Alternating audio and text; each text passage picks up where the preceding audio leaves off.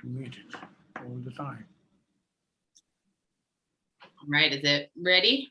Wait, I need to mute it here. Otherwise, yep, it's muted. Good. You can go. All right. Welcome everybody to the July Académie Lafayette board meeting. Hopefully everybody saw the agenda in your email. If there's no changes, can we have a motion to approve tonight's agenda? So moved, Mike. Second. Kelly. Wonderful. Any discussion? Right, all in favor? Aye. Aye. Any opposed? Okay. It doesn't look like we have anybody for stakeholder comments. Is that right, Carlos? Assume not. Sorry, I have two screens up. No, we do not. Okay, perfect. Thank you. And then everybody received the June meeting minutes that need to be approved. Can I have a motion to approve our minutes? Motion to approve, Michelle. Second, Second, Mike. any discussion? All in favor? Aye. Aye. Any opposed? Motion carries. Okay, Mr. Mbang, we are ready for your head of school report. Okay, for the head of school report, it's mainly going to be the presentation by Bruce Hensel of the fall NWA test results. I already shared with you a bigger file because when we met, when the leadership committee met, they want to see more of a longitudinal data and look at the overall, and wanted to see more the percentage of students who were above average or who are at grade level as opposed to the NEC. So I asked Bruce to change the presentation to present those students who are at or above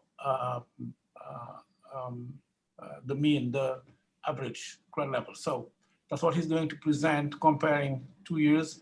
But if you, I share with you on the Google Doc. If you have access to it, you let me know. It's a fall with 5 years fall and 5 years spring back to back.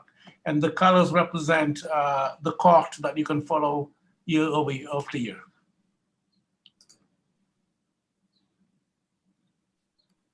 Okay, sure. Yeah, what we're going to look at is the proficiency of students on the NWA. We're going to look at 2 points in time, the spring of 2019 and the spring of 2021. So the data we're going to show you, those obviously aren't the same group of kids, right? You had a couple classes of kids move on to high school and a couple new kids coming to the tested grade levels. Elmon, if you go to the next chart, please. So we start out with all students in the district, and you can see the percent of students that are above average. This is above the average NWA score. It's really, if you have an average NWA score, it's really close to being the same achievement level as proficient on the Missouri State assessments. Kind of on average across the grade levels, this is a little bit high. So maybe a % or 2 lower than these numbers is what you would expect kiddos to be proficient on the state test.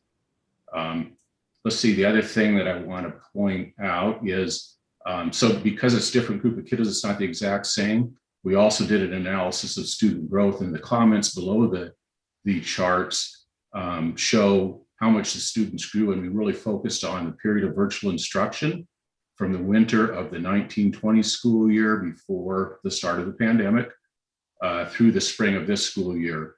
And so I'll share with you some information about how the students grow. So in this chart, you can see that there was a decrease in students scoring above the NWA average in all 3 content areas, a little bit more pronounced in math and science than it was in reading, quite a bit more pronounced. And from the growth analysis over the course of the pandemic or period of virtual instruction, the growth in students in reading was just 1 week below average, average being if you would have had a regular school, full-time in-person instruction. So very, very modest impact associated with virtual instruction in reading. Math and science were more significant. There was about 10 weeks below average growth over that 1.5 year period. Those results are consistent with math being much worse than reading, are consistent with what we saw nationwide over the course of the shutdown last spring. And they're also consistent with what I've seen in other LEAs that I'm processing data for in Kansas City. Maybe with one exception being, for most of the LEAs I've worked with, I saw kind of the same result in reading, minimal impact, a pretty significant impact in math. And for the other LEA, science was kind of about in the middle-ish. So your drop in science was a little bit more pronounced. That being said, you've got a really, really high achievement level. I mean, 70% of your kids still tested above the NWEA average. So that's a lot of information. I'll just pause there and ask if there's any questions on that chart. The data makes sense, thumbs up. Okay, so then what we're going to do is we're going to break this data down by different subgroups of students. And we separated out reading, math, and science into different charts for each. So here's, let's see, next chart. Here's reading based on whether students qualify for free and reduced lunch or not. And you can see, remember in reading, there was modest impact, like a week below average. So your students that do qualify for free and reduced have lower achievement. It's kind of about average of the NWEA test takers. And the drop was modest over those 2 years for both groups. And if you look at the comments, actually the growth over the course of the pandemic in reading for students who qualify for free and reduced lunch was a little bit better than the other students. So that's good news, right? People nationally, you always heard this, the quote unquote educationally disadvantaged students will have worse outcomes associated with virtual instruction. And in this particular case, that wasn't true. So then we can go on and look at math. And so again, math had a 10-week below average growth over that 1.5 year period. And so you can see more significant decreases in the percentage of students scoring at or above the NWEA average. But here again, students who qualify for free and reduced lunch, their learning loss was not quite as pronounced. It was close, but it was not quite as pronounced as students who don't qualify for free and reduced lunch. And maybe jump to science for that.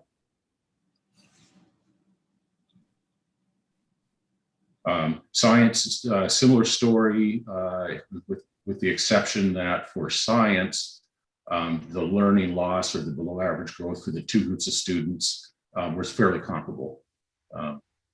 So on average, if you look across all 3 content areas for free reduced lunch students, less impact associated with virtual instruction on them than the other group of students. Going about the right pace? Okay, so let's go look at another breakdown. So we'll look at race or ethnicity, and back to reading, minimal impact across all students. You can see the most pronounced difference here is your Hispanic students. Again, those 2 buckets are not necessarily the same group of kiddos, they're 2 years apart. But if you look at the growth across the shutdown or virtual instruction for Hispanic students, that was significantly below average, where it was kind of average-ish for the other kiddos. So their learning loss was a little bit bigger. And next chart, please.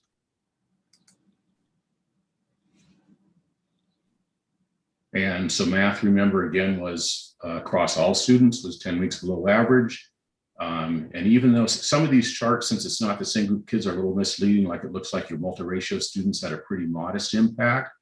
But when you look at kiddos across the pandemic that are in these different groups, their growth was very consistent across all the race or ethnic groups, about 10 weeks below average across that 10-month or 1.5 year period. And science for the race ethnicity breakdown. Your science achievement is like out of the ballpark, right? I mean, look at that there. You know, everybody is almost above 50%, some 70, 90%. You had a similar thing. So your science impact was comparable to math. The one group of students that, as far as a racial ethnicity breakdown, your Black students did better in science, even though it's not obvious from the difference of the percent above the NWE average. If you look at the growth for those students from pre-virtual instruction to this spring, they had less learning loss, significantly less learning loss. So Bruce, what are you talking about? Are you comparing the NEC or just the percentage? So those comments at the bottom, that's based on like the average change in a measure called normal curve equivalent. So that's where I get the 1 week below growth. 2 normal curve points is equivalent to about 1 month. So you can convert the average change in achievement for kiddos across a time period. So that's what the comments in the bottom are, right? So in particular, you'll see with the last set of data that we're going to look at, students with individual education plans. If you just look at the percentages that are above average, that data is terribly misleading. I mean, so let's look at this chart. Reading, no surprise. Students without individual education plans, pretty consistent. Remember, there was minimal impact, but you had a significant drop in the percent of students with IEPs between 2019-21. That's really misleading because when you look at growth, the kiddos that had individual education plans actually had stronger growth than the other ones. So there's a couple things at play here. It's not the same student population, right? You had some kids probably go on to high school, some other kids come into the system. The students with individual education plans are a pretty small number, and so there's going to be more variability. And also, since their achievement is lower than the other students, it's easier to drop below that 50th percentile, right? Your non-IEP kids you've got a high percentage of them well above the midpoint. So even if they drop, you're not going to see as big a drop. I kind of butchered that explanation, but that makes sense. If you're close to the line with some change, you're likely to have more kiddos falling below that line. So the bottom line is this: don't get alarmed by that. If you look at the growth actually was a little bit better. Your students with individual education plans were well served. And go to math. And that's the same story in math. So remember, for all students, 10 weeks below average across the course of virtual instruction, you look at this and you say, holy cow, the drop in the percent above average for students with IEPs was greater. But when you slice it out, you look at growth, you do an apples to apples. The kiddos with individual education plans actually had about half the learning loss. So they lost about 5 weeks over that 1.5 years of virtual instruction. So again, you see a bigger drop because the kiddos have lower achievement. They're closer to that line that it's easy to drop on the other side of. And then the last chart is that same group of kiddos for science. And here a little bit misleading too. You look and you say, holy cow, the kids within IEPs must have done better. But actually, if you look at the growth of students, it was comparable between these two groups of kiddos. And we're getting really small numbers here, right? Because you just test science at a smaller set of grade levels. So there's more uncertainty in this measure for students with IEPs. So that's a lot of talking. My balance of talking to listening and answering questions is out of whack. Any questions? It's the last slide, I think. That's the last one.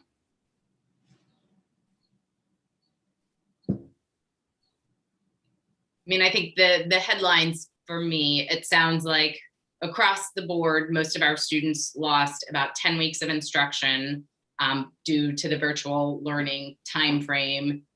Many of our subgroups might have lost a couple weeks more than that, but those differences were not drastic. Correct a couple things. So right. 10 weeks is right, but math and science, not in reading.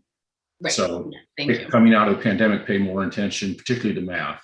And that would be true across the nation, across all the schools I'm working with. There's a bigger impact in math. And actually the second takeaway, the students in, I'll say, Desi calls them special programs, whether it's income, individual education plans, those students fared better. than the students that weren't in those categories. They still had learning loss, but in general, it was not as pronounced as like non-free reduced lunch kids had bigger learning loss than free reduced lunch kids. So you did pay attention to math, but you did a nice job minimizing the impact on those special populations. The other thing that definitely stands out to me when we look at the scores is just that we definitely do still have an achievement gap. What I'm happy about is that achievement gap did not grow over the pandemic. That was my fear, is that it was significantly exacerbated. So it's clear that it wasn't, but we do still have achievement gaps that worry me and that we'll continue to discuss. Yep, spot on.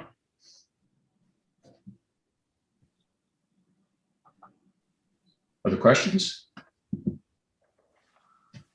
Pleasure having a chance to talk to you guys.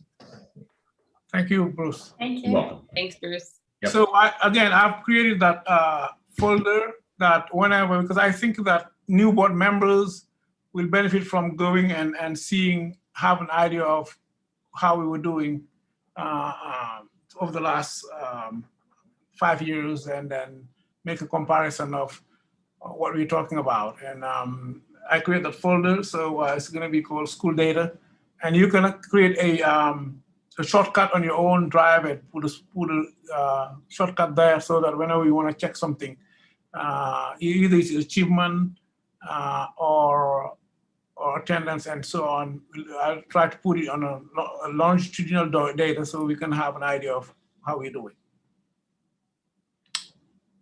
So Bruce is, I told you, Bruce has been working for UCM for the last few years, and he's the one in charge of looking at our data for UCM.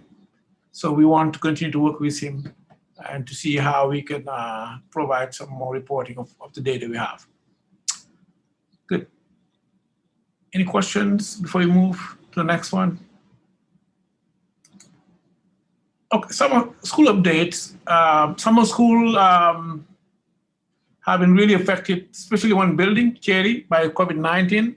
We have all these, at this point, all the K grades are on quarantine except for one. We have first grade has not been affected at Cherry. Second grade have been affected. All third graders are now online, all fourth graders, and 1 5th grade is online out of 2. Oak has not been affected so far, and neither Armor.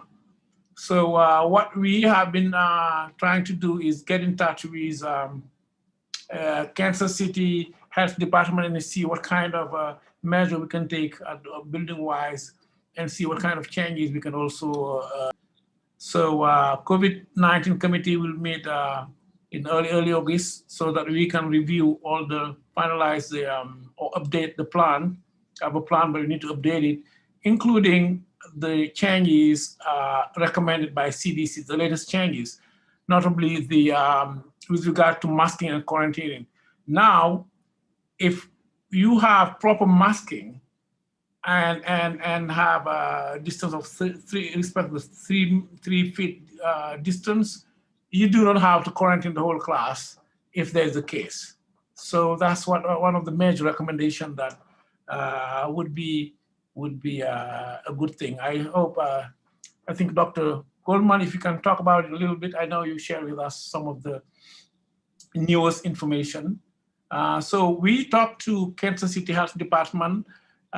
They are considering making some changes, and once it is posted on the website, we will change our policy, hopefully by the end of the week, to follow that 3 feet proper masking distance for quarantining. Another thing that, another aspect, I had thought that we would be done with online options in the fall, but it looks like it's going to be seriously considered. It will depend on DESIs and the staffing part, but we have more and more parents concerned about being on site, and also, we need to take into account students or families with a health situation that will not allow them to be on site. So it's something that unfortunately is our reality. But the problem we're facing is the same as last year. Staffing, we haven't, I'll talk about it, the staffing and getting the teachers here and getting the interns. One major event happening tomorrow, July 13 to 15, 3 days, is going to be our federal audit for our charter school program grant. We received $1.3 million, and the audit is part of the process that the federal government will do and see what we said we're doing and what we have been doing, and then make some recommendation or let us know what we need to adjust. So the audit will be conducted by WestEd, another agency that is doing the audit for the federal government. And we have board members will be interviewed, teachers, administration, principals. So it's going to be 3 days, 3 hours a day for 3 days online. Any question about this and about the COVID or anything else? Beth, do you want to say something? Oh, I would just love to hear just the overall updates from Dr. Goldman. I know she is very immersed in just what is the best practice. You mentioned the importance of masking and that being critical. What are the other sort of key new updates, Dr. Goldman, that you would want people just to be aware of? Yeah, thanks, Beth. I mean, so the CDC, they did make some major changes to their guidance, really prioritizing in-person education with continued risk mitigation strategies. With vaccination, obviously the most ideal risk mitigation strategy, but we know that kids less than 12 are not eligible yet. And so continuing many of the things that have successfully been done and shown to decrease the transmission of COVID-19 in schools, such as masking, physical distancing, being outside as much as possible, and then, good cleaning practices, hand washing and all those things. And so, we'll continue to learn. Unfortunately, Missouri right now is known as the hotbed of COVID in Springfield, and many schools have, again, begun to implement pretty strict mitigation practices, even those who had kind of let many of those go because of some of the trends that we're seeing. So I think we'll continue to learn more. But like Mr. Mbang mentioned, the CDC has changed their quarantine practice for students in K through 12. So if both students are properly masked, if there is an exposure, they do not have to quarantine. And so now we are just waiting for guidance from the Kansas City Health Department. Right, because as of currently, the health department still says those quarantine measures should stay in place. And so until they say we can change the quarantine that we do, we still have to follow those practices, correct? That's right. So DESE modified their quarantine practices last year, but it is all up to local jurisdiction. And our health department to date has not modified that. And I think we know there are other schools that are being much more lenient with masking, but we know that that is not the recommendation. So I appreciate Lafayette's staying strict to the masking, because we know that that makes the biggest difference for our kids.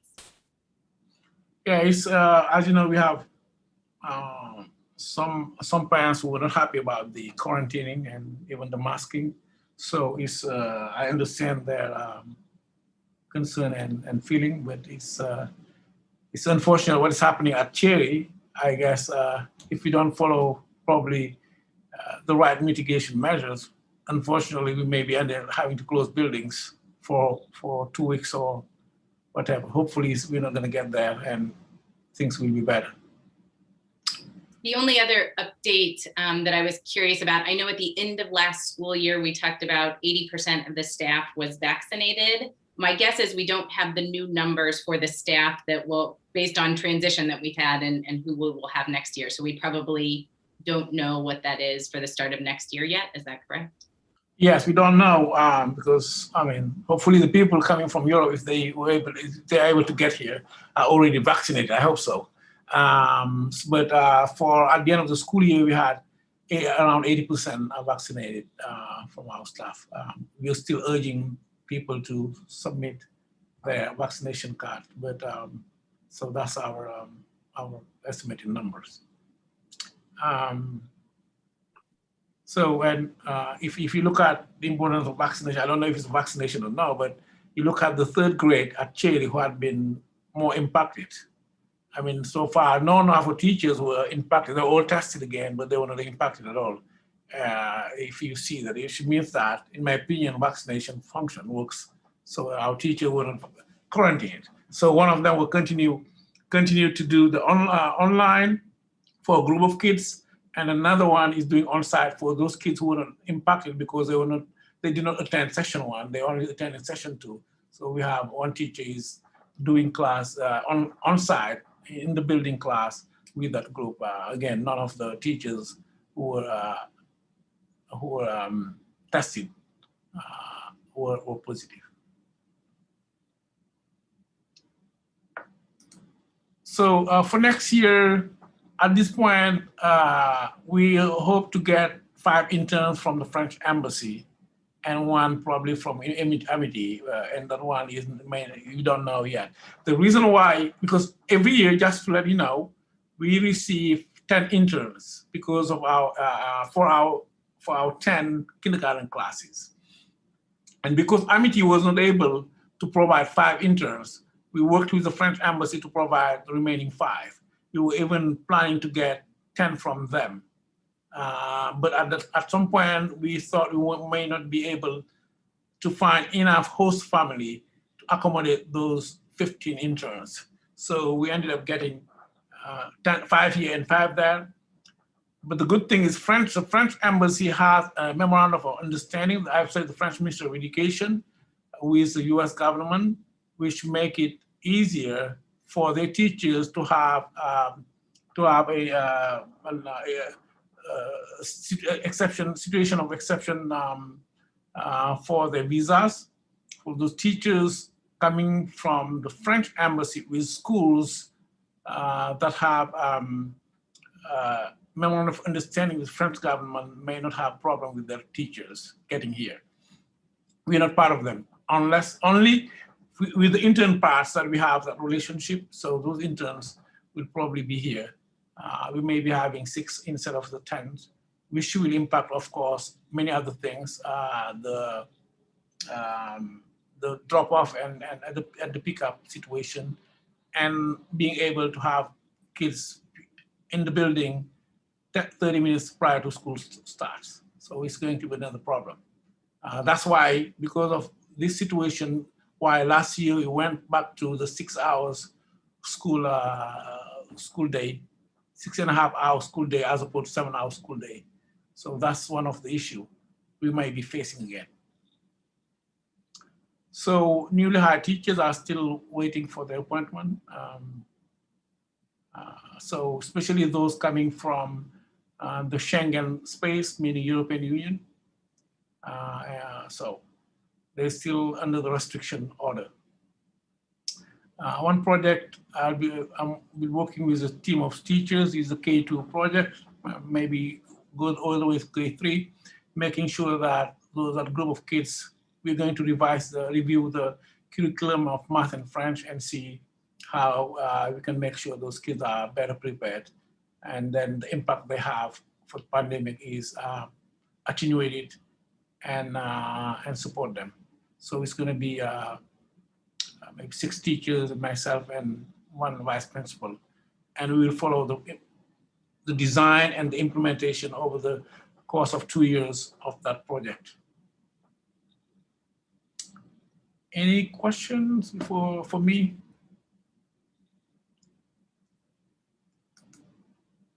Finance committee.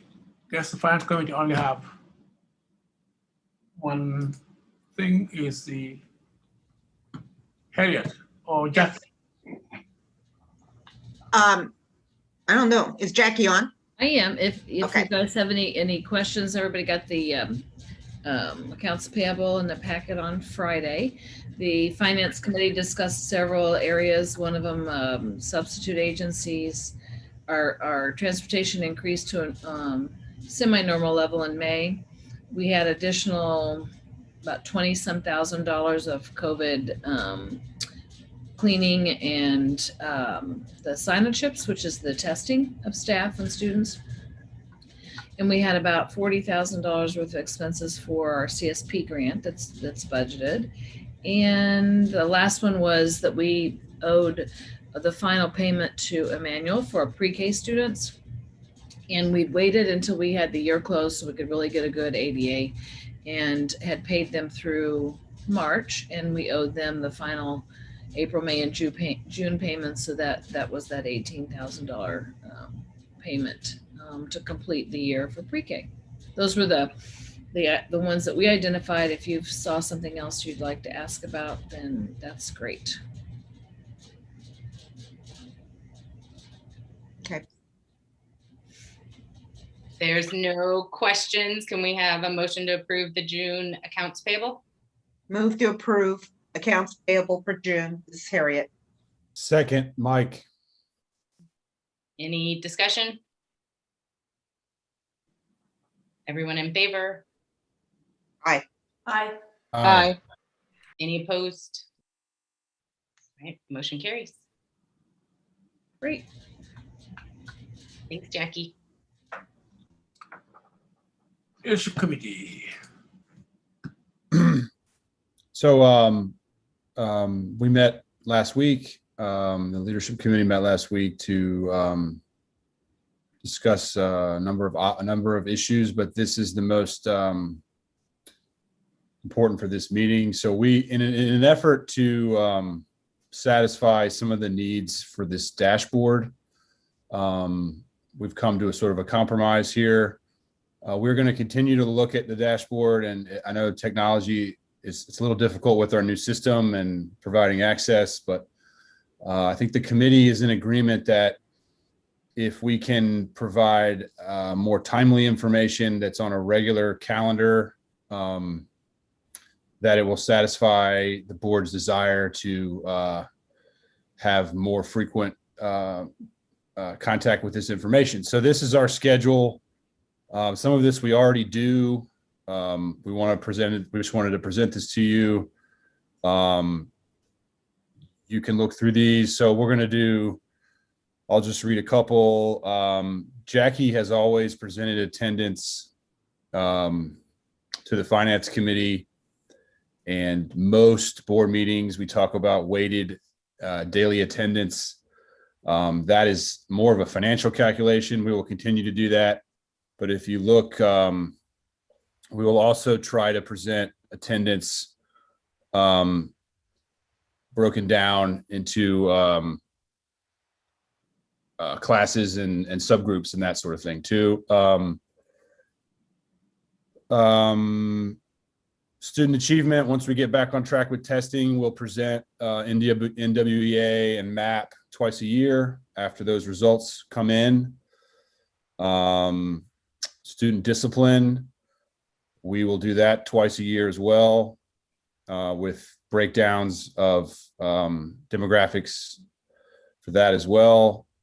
And then one of the things we're going to be working on is to develop a survey. We do have some existing stuff that we've used before, but we want to create something new that we can send out annually to all the stakeholders, students, parents, and teachers, to try to provide more data to you all. And so this is the schedule that the AL Leadership Committee is going to increase our meetings from quarterly to monthly to better accommodate these new data reporting. That's all I have. I will stop there and see if anyone has any questions.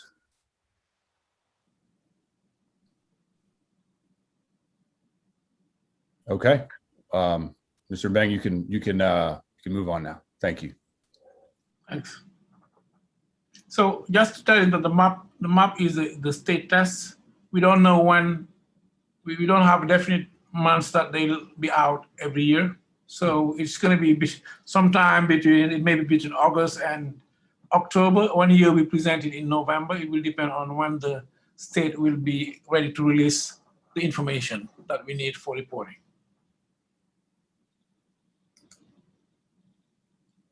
Diversity committee. Kelly, do you want to take the diversity committee or do you want me to?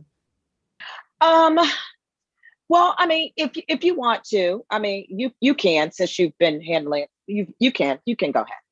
Right. So, I mean, just as a reminder, in our board retreat, we went over the revisions to the strategic plan that we discussed, focused on that goal 2, recognizing that the diversity work that we're doing today is different than what we anticipated 3 years ago. And we also recommended just a revision to the statement at the top of the goal 2. It seemed like from our discussion, everybody was pretty comfortable with the revisions to goal 2.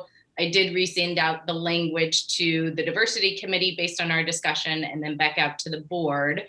So just wanted to see if there's any additional questions or thoughts people have related to either of those.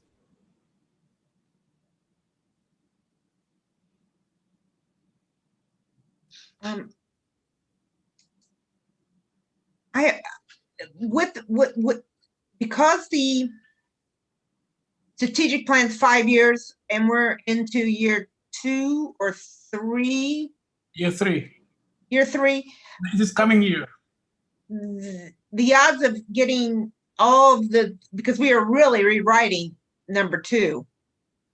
Is that been taken into account? Am I making sense that the odds of getting that established and a lot of it done?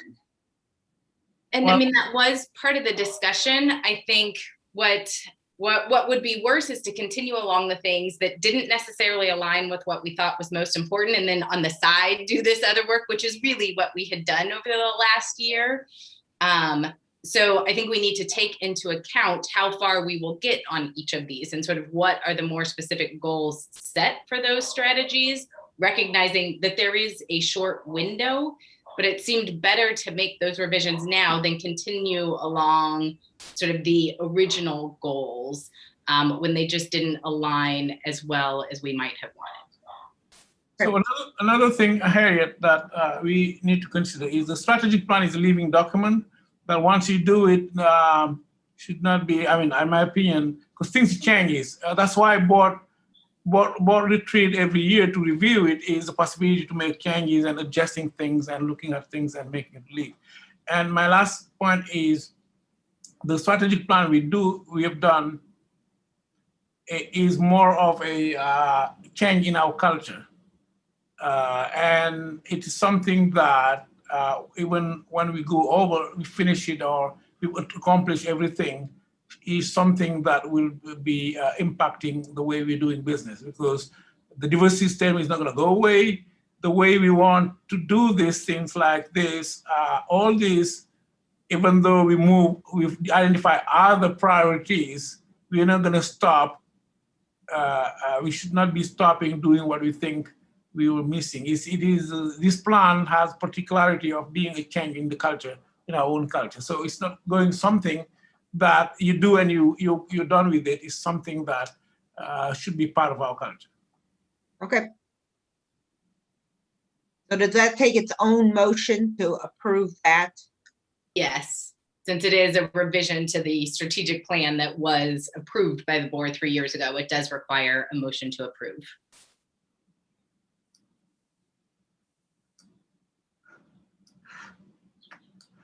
Somebody willing to?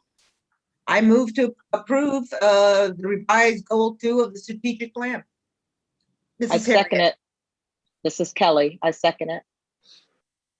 Any discussion? Everyone in favor, say aye. Aye. Aye. Aye. Any opposed?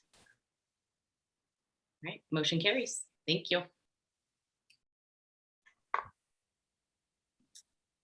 All right, governance committee. So we will begin transitioning. I have been the head of the governance committee. We will start to transition with Michelle as the new secretary. She will also be the chair of the governance board. We're still sort of making that transition.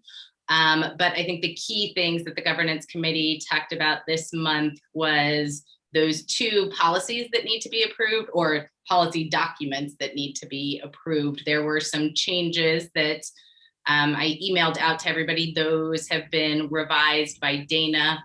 One of the biggest questions that had come up was about that oath of office, that we haven't done an oath of an office and we actually don't need one. So that was just completely deleted, as you might have seen in the revised one that was sent out. Any additional discussion? We also don't have a treasurer. I thought, was that not deleted? It may be. I just was making comment.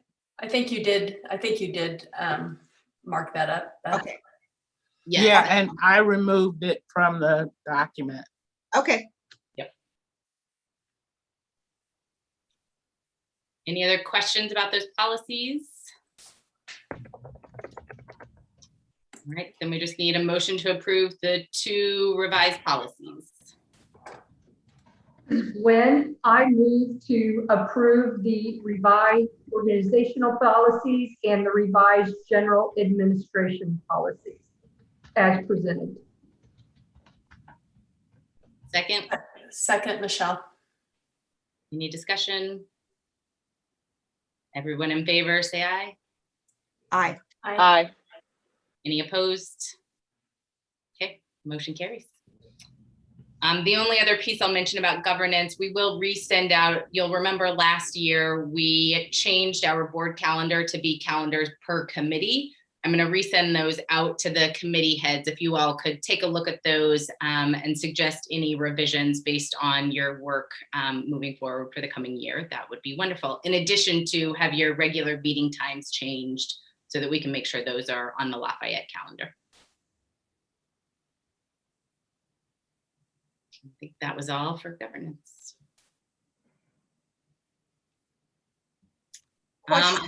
Question. Yep. The thing I got yesterday about doing a class. Oh, yes. Thank you for bringing that up. So the vector training emails that everybody got, those are the standard emails that all staff get. There are a couple that are likely required of board members. We're still trying to confirm which ones. It is definitely not the whole list. There will be 1 or 2 of those. Oftentimes the mandatory reporting, those kinds of things are required by board, but we're still confirming which one. So you don't need to do anything with the training as of yet until we let you know which ones are required. And then my question goes, within the last 6 months, I took 2 classes. What were those for? I'm trying to I remember. think that was Title IX and something else. Yeah, we did those. They both may have been Title IX related. Yes, I would have to look back through the notes. I remember doing them. I can't remember. It might have been a mandatory reporting one, actually. Well, It was. That's what I thought. I thought one was mandatory reporting. And I I was think wondering, you're right. if we had to do mandatory reporting for that, does that count for the mandatory reporting for this? I Yes. think that was, it's a yearly thing, just to jump in there. And I think that was a UC, it was in the AOR for UCM. And so it was kind of a little, it was still within the school year, but every year Vector will send those out. I don't know if it's required every year, but I do know there will be a couple of them, like for our insurance, to make sure that, yes, every year the board reviewed those. Okay. I thought that's why we had to do them last time, was for the insurance. But I didn't- Okay, you know, I'm sorry, board, but I didn't get, Harriet, what you were saying, the mandatory reporting of what? I got lost in that conversation somehow. we took, I don't know, back in February, mandatory reporting of Okay. two classes. And I think, and I thought it was for insurance purposes. And my question is, do we have to take another one since we just took one in February? Or when you're looking this up, maybe we do, I'm not, but just, we did 1 or 2 already. I'm Okay, going to say they're annual requirements for safe schools, now called Vector.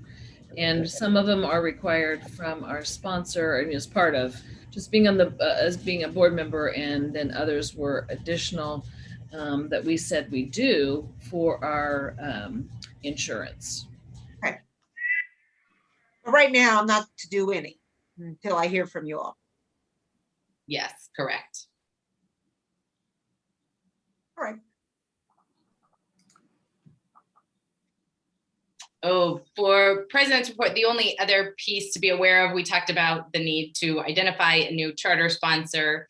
The one thing that's important for everyone to be aware of is the unique role our charter sponsor plays in regards to visas. So I know Mr. Mbang is meeting with individual charter sponsors. Many of them are reaching out to him and asking for a meeting with Lafayette. And then the governance committee will meet with the one he thinks is the right fit and might have the requirement of helping with the visa issues that we have, because that requires a higher ed institution. So he is in the process of having those conversations, and we might have more of an update by August at our next meeting, but there's nothing that the full board needs to do at this time. I think UCF is going to organize a fair, a sponsor fair, that if they want to come and meet with us. But as you said, it's important that our H-1B, as I explained, our H-1B visas, the reason why we're not affected by the cap is a cap set by the federal government of the number of H-1B visas accepted in the country. It's generally around 65,000 distributed among big businesses like Nike, Intel, and Microsoft. And the problem is, if you don't have the exception, you'll be competing against all of them. In general, they have 250 or 300,000 applications on April 1st. April 1st is the earliest day you can file for H-1B, which means that you cannot file anything before that for that year. And if they have 300,000 applications for 65,000 visas, it'll be a lottery.